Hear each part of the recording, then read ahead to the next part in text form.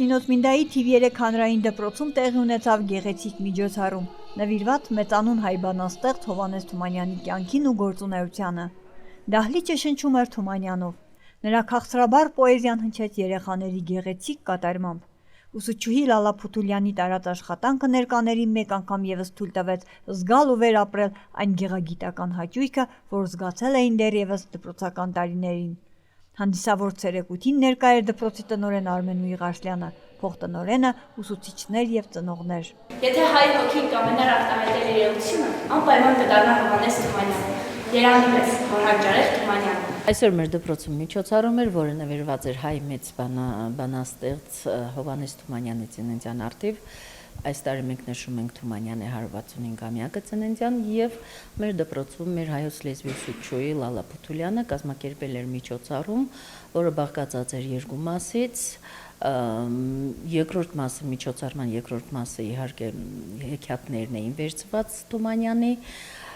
եւ դուք տեսաք, որ մեր երեխեք ինչ երանդով, ինչ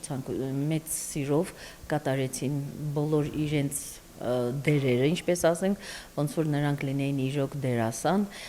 շատ հետաքրքիր միջոցառում էր, միջոցառումը կազմակերպվել էր 8-րդ դասարանի երեխաների կողմից եւ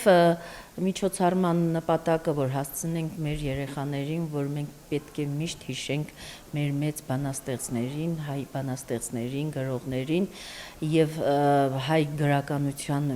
մեծ աստղերին մենք չպետք է մոռանանք, որովհետեւ որ եթե մենք չհիշենք մեծ աստղերին, գրականագետներին, ապա մենք կմոռանանք նաեւ հայոց լեզուն։ Որպես հայ ուզում եմ ցանկանալ բոլոր մեր երեխաներին, ապագա սերունդին, որ միշտ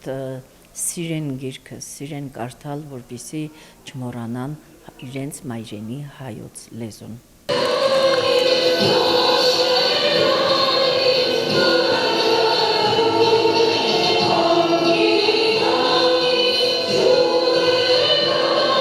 Միջոցառման երկրորդ մասը թատերական ներկայացում էր։ Հովհաննես Թումանյանի Կիկոսի մահն ու անխելք մարդը հեքիաթները երեխաները ներկայացրին վարպետորեն։ Փոքրիկ դերասանները կարողացան գեղեցիկ ձևով մարմնավորել հեքիաթների հերոսներին։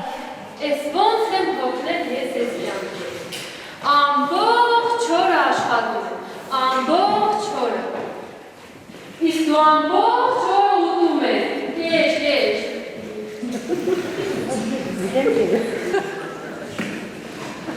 Շաչ պատրաստի, ուն հաղարքի,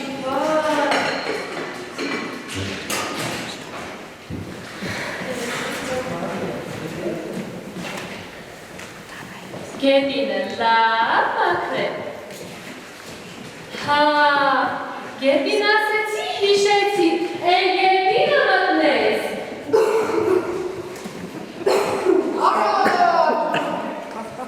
Եթե չի գնան բերել, փողացիներ բերել, ախիներ իստեղ եկեք։ Սարդնացի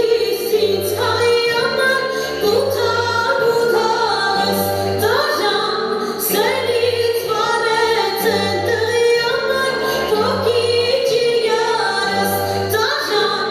աղջի մազեր, թուխե ամար, բութանս, դարան, աղջի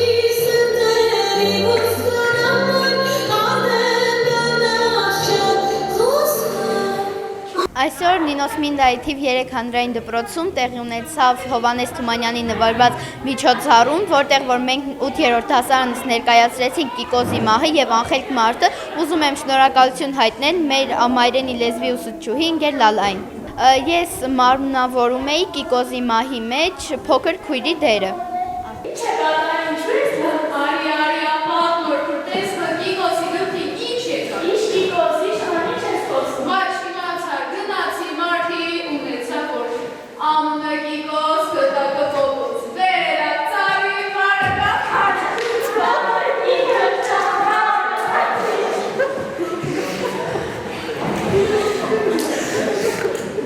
Այսօր Նինոց Մինդայի TV3 հանրային դպրոցում անցկացվեց միջոցառում, մենք 8-րդ դասարանից ներկայացրեցինք Կիկոսի մահը եւ անխելք մարդը։ Ես մարմնավորում եմ Կիկոսի մահի մեջ փոքր քույրների, շատ հաճելի միջոցառում էր, շնորհակալություն մեր մայրենի ուսուցչուհին ընկեր Լալային։ Շնորհակալ եմ քեզ Աստված ջան, շատ շնորհակալ եմ։ Դե ես նրանց վայ Աստված ջան, որ քեզ մոտ էի գալիս, ճանապարհին ինձ հանդիպեց սոված հայ, միազանված աղջիկ, մեկ էլ միակ չորացած ծառ։ Այս գայլը ամբողջ օրը ուտում, այդպես էլ չի գշտանում։ Այն աղջիկը հանել, հարում, սիրում, բայց չի կարողանում երջանկալ, անբախտ էին մնում։ Իսկ այդ ծառն էլ կանաչ տաշտի մեջտեղում գետի կողքին կանգնելա, տարի 12 ամիս կանաչում ծաղկում, վերջ չուվերի չորանում մնում։ Հովհաննես Թումանյան, բանաստեղծ, որի անունը միշտ փառավոր է հայ գրականության ասպարեզում։ Նրա հեքիաթներն ու պոեմները հնչում են յուրաքանչյուր հայ մանկիկի շուրթերից։